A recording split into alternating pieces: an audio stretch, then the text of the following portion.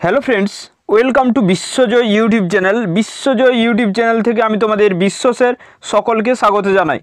তোমরা প্রত্যেকেই পেয়ে গেছো একাদশ দ্বাদশের যে সিলেবাস। দেখো, একাদশ শ্রেণীর জন্য প্রথম এবং দ্বিতীয় সেমিস্টার এবং দ্বাদশ শ্রেণীর জন্য তৃতীয় এবং চতুর্থ সেমিস্টার, এইভাবে কিন্তু আমাদের যে এবার থেকে সেমিস্টার ওয়াইজ দুটো শিক্ষাবর্ষের চারটে সেমিস্টারের উপর কিন্তু তোমাদের পুরোপুরি যে এক্সাম, সে এক্সাম হবে। দেখো, যারা এসএসসির জন্য এসএসসি এসএলএসটির জন্য প্রিপারেশন নিতে চাও, তারা কিভাবে প্রিপারেশন নেবে বা কোথায় যে সমস্ত ধরো এই যে বইগুলো, এইগুলো তোমরা যদি চাও এখন থেকে প্রিপারেশন শুরু করে দিতে পারো। এখন থেকে এই টেক্সটগুলো পড়তে পারো, নিজেরাই কোথা থেকে পাবে এবং কীভাবে পড়তে হবে পুরো সিলেবাসটা আজকে আলোচনা করব। তো তোমাদের কাছে একটি রিকোয়েস্ট যে তোমরা অবশ্যই তোমাদের বন্ধুদের সঙ্গে একটু শেয়ার করে দিও। তোমাদের যে সমস্ত এসএলএসটি বাংলার বন্ধুগণ আছে তাদের সঙ্গে অবশ্যই শেয়ার করে দিও। যারা একাদশ দ্বাদশের প্রিপারেশন নিতে চাইছে তোমাদের সমস্ত হোয়াটসঅ্যাপ গ্রুপ এবং ফেসবুক গ্রুপে, সঙ্গে সঙ্গে তোমরা যে স্ক্রিনের ডান দিকে যে টেলিগ্রাম গ্রুপটি দেখতে পাচ্ছ সেই গ্রুপে প্রত্যেকেই যুক্ত হয়ে যাবে। এই গ্রুপে যুক্ত হয়ে থাকবে, এখান থেকে তোমরা সমস্ত টেক্সটের পিডিএফ পেয়ে যাবে খুব তাড়াতাড়ি। আমি সেই পিডিএফগুলো এই টেলিগ্রাম গ্রুপে আপলোড করে দেব। দেখে নাও, আমরা যদি দেখি যে একাদশ শ্রেণীর যে সেমিস্টার ওয়ানে টোটাল দেখো এক্সাম হবে 40 নাম্বারের। এখান থেকে দেখে নাও যে গল্পটি আছে সেটি হলো পুঁই মাচা। পুঁই মাচা বিভূতিভূষণ বন্দ্যোপাধ্যায়ের পুঁই মাচা গল্পটি আছে। দেখে নাও, এই যে ধরো এই গল্পগুলো খুবই ভালোভাবে লাইন বাই লাইন আমাদের পড়তে হবে। যেহেতু আমাদের এমসিকিউ প্যাটার্নে এসএসসি পরীক্ষা হবে, তাই খুবই ভালোভাবে পড়তে হবে। নেক্সট আমরা দেখে নেব, দেখো যে প্রবন্ধ আছে বিড়াল, যে বঙ্কিমচন্দ্র চট্টোপাধ্যায়ের কমলাকান্তের দপ্তরের অন্তর্গত এই বিড়াল প্রবন্ধটি। সেই সঙ্গে সঙ্গে দেখো ঈশ্বর কবিতা থেকে দেখো ঈশ্বরচন্দ্র বিদ্যাসাগর যে চতুর্দশপদী কবিতাবলী থেকে নেওয়া হয়েছে এটি। সঙ্গে সঙ্গে সাম্যবাদী আছে নজরুল ইসলামের। সঙ্গে সঙ্গে দেখো আন্তর্জাতিক গল্প, যেটা পুরনো সিলেবাসে ছিল, বিশাল ডানাওয়ালা এক থুরথুরে বুড়ো, গার্সিয়া মার্কেজের। ভারতীয় কবিতার মধ্যে দেখো চারণ কবি কবিতাটি আছে, যে ভারভারা রাওয়ের অনুবাদ করেছেন শঙ্খ ঘোষ। এটা অবশ্যই তোমাদের আমি পিডিএফ আকারে দিয়ে দেবো টেলিগ্রাম গ্রুপে। দেখো ভাষা থেকে আছে বিশ্বের ভাষা ও ভাষা পরিবার, যেগুলো তোমাদের ভাষা সংস্কৃতির বইয়ে ছিল। সেইখান থেকে দেখো বাংলা ভাষার উদ্ভব ও ক্রমবিকাশ, ভারতে প্রচলিত ভাষা পরিবার এবং বাংলা ভাষার যে বৈচিত্র্য, এগুলো আছে। সঙ্গে সঙ্গে দেখো বাংলা শিল্প সাহিত্য সংস্কৃতির ইতিহাসের যে প্রাচীন বাংলা থেকে সমাজ ও সাহিত্য আছে। এরপর ধরে নাও তোমরা যারা একাদশ দ্বাদশ শ্রেণীর প্রিপারেশন করাবে স্টুডেন্টদের, যদি তোমরা কেউ টিউশন পড়িয়ে থাকো, ঠিক আছে, সেক্ষেত্রে তোমাদের জেনে রাখা প্রয়োজন। দেখো যে তোমাদের যে 40 নাম্বারের যে পরীক্ষা, এখানে দেখো যে এমসিকিউ ধরনের পরীক্ষা হবে, পুরোপুরি এমসিকিউ প্যাটার্নে পরীক্ষা হবে এবং পরীক্ষাটা হবে নভেম্বর মাসে। পরীক্ষাটা হবে এবং পরীক্ষাটা প্রত্যেকেরই নিজ নিজ স্কুলে হবে।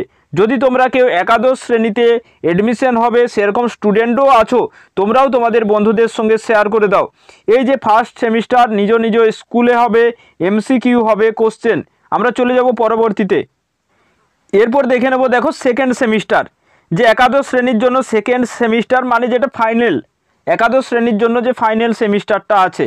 তো দেখো এখানের মধ্যে যদি আমরা দেখি যে একাদশ শ্রেণীর যে সেকেন্ড সেমিস্টার, এখানেও দেখে নাও যে পূর্ণমান 40 নম্বর আছে, ঠিক আছে। এই পরীক্ষাটাও কিন্তু যদি তুমি একাদশ শ্রেণীতে এডমিশন হবে এবছর, জেনে রাখো, বা তোমরা যারা পড়িয়ে থাকো স্টুডেন্টদের তাদের জানা প্রয়োজন যে প্রত্যেকেরই নিজ নিজ স্কুলে হবে এবং এই যে পরীক্ষাটি হবে এসএকিউ এবং এলএকিউ, ঠিক আছে, শর্ট টাইপ এবং লং টাইপ এক্সাম হবে এবং এক্সামটা হবে মার্চ মাসে, ঠিক আছে। মার্চ মাসে এক্সামটি হবে, সেকেন্ড সেমিস্টারের এক্সামটা প্রত্যেকেরই নিজ নিজ স্কুলে হবে।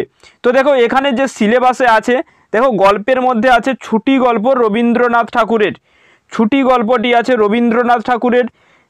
আর তেলেনা পোতা আবিষ্কার, এটা যে ওল্ড সিলেবাসেও ছিল প্রেমেন্দ্র মিত্রের। ছুটি গল্পটা অনেকেরই পাঠ্য আছে, অনেকেই পড়েছো, ছুটি গল্পটি অনেকেই পড়েছো। নেক্সট আমরা দেখে নেব যে ভাব সম্মিলন, কবিতার মধ্যে দেখো বৈষ্ণব পদাবলী থেকে একটি আছে বিদ্যাপতির ভাব সম্মিলন। তো এই পদটিও তোমাদের আমি এই গ্রুপে টেলিগ্রাম গ্রুপে কিন্তু প্রোভাইড করে দেব। লালন শাহ ফকিরের গান, যেটা দেখো লালন শাহ, নুন যেটা তোমাদের ওল্ড সিলেবাসেও ছিল জয় গোস্বামীর। নাটকের মধ্যে দেখে নেব আগুন, ঠিক আছে, এটিরও পিডিএফ তোমরা পেয়ে যাবে টেলিগ্রাম গ্রুপে, প্রত্যেকেই যুক্ত হবে। তাহলে দেখো সেই সঙ্গে পূর্ণ সহায়ক গ্রন্থের মধ্যে দেখো যে পঞ্চতন্ত্র সৈয়দ মুজতবা আলীর, এই পঞ্চতন্ত্রের অন্তর্গত আমাদের 4টি দেখো আছে বই কেনা, সঙ্গে সঙ্গে আজব শহর কলকাতা, 25শে বৈশাখ এবং আড্ডা, এই প্রবন্ধগুলো আমাদের আছে পূর্ণ সহায়ক গ্রন্থ থেকে। তাছাড়া যদি আমরা চলে যাই দেখো যে এখানে যে বাংলা শিল্প সাহিত্য সংস্কৃতির ইতিহাস থেকে দেখো এখানে যেগুলো আছে, যে আধুনিক যুগ থেকে দেখো এখানে কি কি আছে, যে ধর্মীয় আন্দোলনের যে শিক্ষা সংস্কারে গদ্যের উদ্ভব আমরা দেখতে পাবো Fort William College, Serampore Mission এখান থেকে। তাছাড়া কবিতা, উপন্যাস, ছোট গল্প, নাটক, যাত্রা ও নাট্যমঞ্চ, প্রবন্ধ 70 দশক পর্যন্ত। তাছাড়া লোকসাহিত্য থেকে আছে যেগুলো লোকসাহিত্যটা আমরা দেখতে পাই যে ওল্ড সিলেবাসেও কিন্তু এগুলো আছে, ছড়া, ধাঁধা, প্রবাদ, কথা।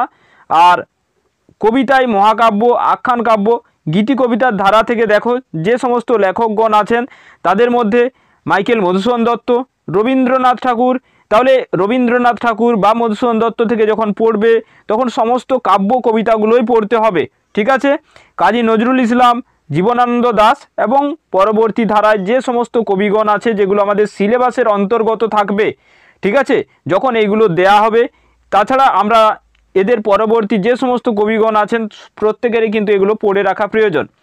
নেক্সট আমরা দেখে নেব যে কথা সাহিত্য, যে বঙ্কিমচন্দ্র চট্টোপাধ্যায়, রবীন্দ্রনাথ ঠাকুর, শরৎচন্দ্র চট্টোপাধ্যায়, মানিক বন্দ্যোপাধ্যায়, বিভূতিভূষণ বন্দ্যোপাধ্যায়, তারাশঙ্কর বন্দ্যোপাধ্যায়।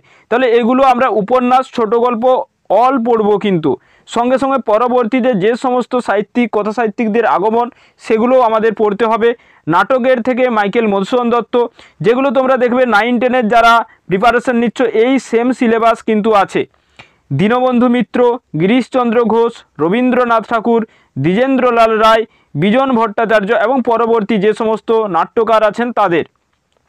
এরপর দেখে নাও আমাদের এখান থেকে যে প্রবন্ধ, কিছু প্রবন্ধ রচনা দেবে। তো প্রবন্ধ রচনাটা দেখো কিভাবে দেবে, যে রচনা লেখার বিষয়টি এক লাইনে না দিয়ে একটি মানসচিত্র এবং তথ্য সম্ভার দেয়া হবে, অর্থাৎ তোমাদের একটি তথ্য সম্ভার কিন্তু দেয়া হবে সেখানে, এবং পরীক্ষার্থীকে সেই মানচিত্র বা প্রয়োজনীয় যে সমস্ত তথ্য সেখানে দেয়া থাকবে কোশ্চেন পেপারে সেটাকে দেখে একটা নির্দিষ্ট শিরোনাম অর্থাৎ টাইটেল দিতে হবে, দিয়ে লিখতে হবে নিজেদের পক্ষে, বা যে সমস্ত যে একটা অনুচ্ছেদ লিখতে হবে, ঠিক আছে। তাহলে এই ছিল তোমাদের সেকেন্ড যে সেমিস্টারের সিলেবাস। এরপরে আমরা চলে যাব দেখো দ্বাদশ শ্রেণীর 3rd সেমিস্টারে, এখানেও 40 নাম্বারের এক্সাম হবে, এখানেও আমাদের 40 নাম্বারের এক্সাম হবে, ঠিক আছে। তো তার আগে বলে নিই, এই যে আমাদের সেকেন্ড সেমিস্টারটা আছে এখানে মনে রাখবে যে প্র্যাকটিক্যাল সায়েন্সের জন্য যারা সায়েন্সের স্টুডেন্ট, ঠিক আছে, যারা সায়েন্স তাদের ক্ষেত্রে 30 নাম্বারের প্র্যাকটিক্যাল, আর যারা আর্টস তাদের প্রজেক্ট থাকবে 20 নাম্বারের জন্য সেকেন্ড সেমিস্টারে। এরপরে দেখে নাও আমরা চলো দ্বাদশ শ্রেণীতে চলে যাই, এখানেও আমাদের 40 নাম্বারের যে পরীক্ষা হবে এটি পুরোপুরি এমসিকিউ টাইপে হবে, এমসিকিউ টাইপে হবে। এই এক্সামটি হবে নভেম্বরে, ঠিক আছে। প্রথম নভেম্বরে হলো ফার্স্ট সেমিস্টার, পরবর্তী নভেম্বরে হবে যে 3rd সেমিস্টার। তো এখানে এমসিকিউ টাইপের কোশ্চেন থাকবে, ওকে। সেই সঙ্গে সঙ্গে মনে রাখতে হবে যে দ্বাদশ শ্রেণীতে 2টো সেমিস্টার মিলে তোমাকে 30% নাম্বার পেতে হবে, তবে তুমি কোয়ালিফাই করতে পারবে, ঠিক আছে। তাহলে দেখো এখানে আর একাদশ শ্রেণীর ক্ষেত্রেও সেম, যে তোমাকে 30% দুটো যে সেমিস্টার মিলে পেতে হবে। তাহলে দেখে নাও এখান থেকে যদি আমরা দেখি যে 3rd সেমিস্টার থেকে, তো দেখো এখানে যে 3rd সেমিস্টারের এক্সাম হবে 3rd সেমিস্টার, তো মনে রাখবে যে পরীক্ষা হবে অন্য স্কুলে, মনে রাখবে যে ক্লাস 11-এ যেমন নিজেদের স্কুলে পরীক্ষা হয়েছিল, 3rd সেমিস্টার থেকে কিন্তু এক্সামটা হবে অন্য স্কুলে, যেটা উচ্চ মাধ্যমিক কাউন্সিল জানাবে যে এই স্কুলে তোমাদের পরীক্ষা সেখানেই হবে।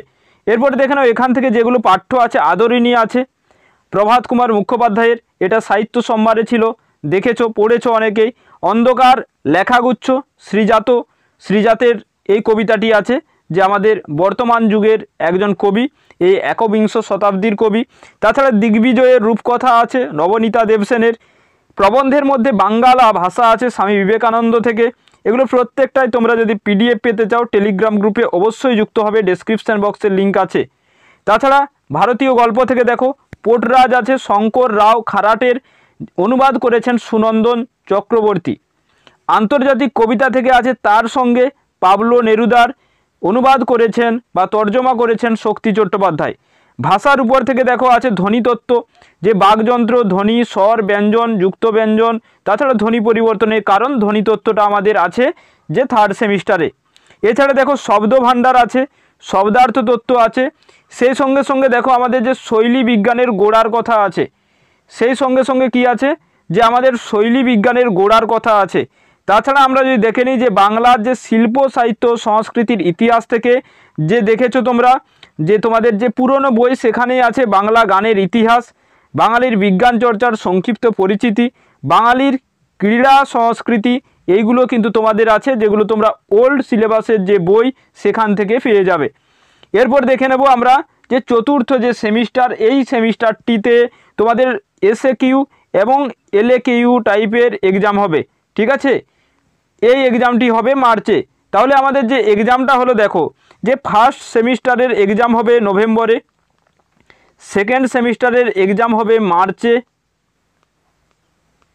থার্ড সেমিস্টারের এক্সাম হবে নভেম্বরে পরের বছরে, ফোর্থ সেমিস্টারের এক্সাম হবে মার্চে, ঠিক আছে। এই হলো তোমাদের একেবারে ফিক্সড রুটিন। এছাড়া যদি আমরা দেখে নিই দেখো যে এখানেও যে ফোর্থ সেমিস্টারটিও কিন্তু অন্য স্কুলে এক্সাম হবে, নিজের স্কুলে নয়, অন্য স্কুলে যেমন হয়ে থাকে, ঠিক আছে। আর এখান থেকেও দেখে নাও যে প্রজেক্ট থাকবে আর্টসের স্টুডেন্টদের জন্য 20 নাম্বারের, আর্টস স্টুডেন্টদের জন্য 20 নাম্বারের এবং সায়েন্স স্টুডেন্টদের জন্য 30 নাম্বারের থাকবে। এবং 30% যদি স্কোর করতে পারো দুটো সেমিস্টার নিয়ে, থার্ড এবং ফোর্থ, তাহলে তুমি কোয়ালিফাই করবে। তাহলে এখান থেকে আমরা দেখে নেব দেখো যে গল্প আছে পাঠ্য, হলুদ পোড়া মানিক বন্দ্যোপাধ্যায়ের রং নাম্বার, এটা সাহিত্য সম্ভারে আছে এই রং নাম্বার গল্পটি। প্রার্থনা কবিতা আছে রবীন্দ্রনাথ ঠাকুরের, তিমির হননের গান আছে জীবনানন্দ দাশের, কেন এলো না কবিতাটি আছে সুভাষ মুখোপাধ্যায়ের, নানা রঙের দিন আছে অজিতেশ বন্দ্যোপাধ্যায়ের। এছাড়া আমরা দেখে নেব যে পূর্ণ সহায়ক গ্রন্থ থেকে রবীন্দ্রনাথ ঠাকুরের যে দেখো নাটকটি আছে ডাকঘর, ঠিক আছে, ডাকঘর নাটকটি আছে। তো এছাড়া শিল্প সাহিত্য সংস্কৃতির যে ইতিহাস, যে শিল্প সাহিত্য বা সংস্কৃতির ইতিহাসের যে বইগুলো পুরনো ছিল সেগুলোকে 4টে সেমিস্টারে ভাগ করে দেওয়া হয়েছে, ঠিক আছে। এখানে বাঙালির বা বাংলা চিত্রকলা আছে, চলচ্চিত্র আছে। তাছাড়া এখানে ফোর্থ সেমিস্টারে প্রবন্ধ থাকবে। এখানে দেখে নাও যে কোনো একটা বিষয়ে কোনো একজন লেখকের একটি অংশ দেয়া থাকবে এবং এই অনুচ্ছেদটি হলো মূল রচনার প্রস্তাবনা বা ভূমিকা। এই প্রস্তাবনা বা ভূমিকাকে অবলম্বন করে পরীক্ষার্থীকে বিষয়বস্তু গভীরে প্রবেশ করবে এবং সেটাকে সম্পূর্ণভাবে লিখতে হবে, যেটা যে ধরনের হয়ে থাকে তোমরা লক্ষ্য করেছো যে একটা কোনো এক মনীষীদের, ঠিক আছে, বা কোনো এক সাহিত্যিকের সেখানে দেবে, সেটা অনুযায়ী লিখতে হবে।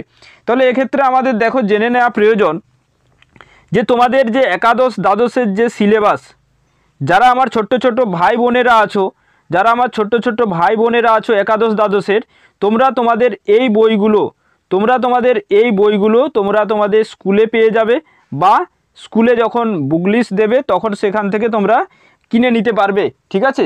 এই বইগুলো এখনও বেরোতে সময় লাগবে, এখনও তোমাদের রেজাল্টেই পাবলিশড হয়নি, তো তোমাদের চিন্তা করার প্রয়োজন নেই। তাছাড়া যারা এসএলএসটির জন্য প্রিপারেশন নিচ্ছ, আমি বলবো যে প্রত্যেকের এই প্রিপারেশন শুরু করে দেওয়া উচিত।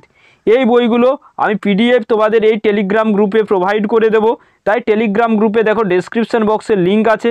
তাছাড়া এই টেলিগ্রাম গ্রুপে প্রত্যেকেই যুক্ত থেকো এবং এই ভিডিওটি তোমাদের সমস্ত এসএলএসটি বাংলার বন্ধুদের সঙ্গে শেয়ার করে দাও এবং অবশ্যই সকলেই বিশ্বজয় ইউটিউব চ্যানেলটিতে নতুন হলে এই বিশ্বজয় ইউটিউব চ্যানেলটিকে সাবস্ক্রাইব করে অবশ্যই পাশে থেকো। প্রত্যেকেই সুস্থ থেকো। Thank you so much for watching.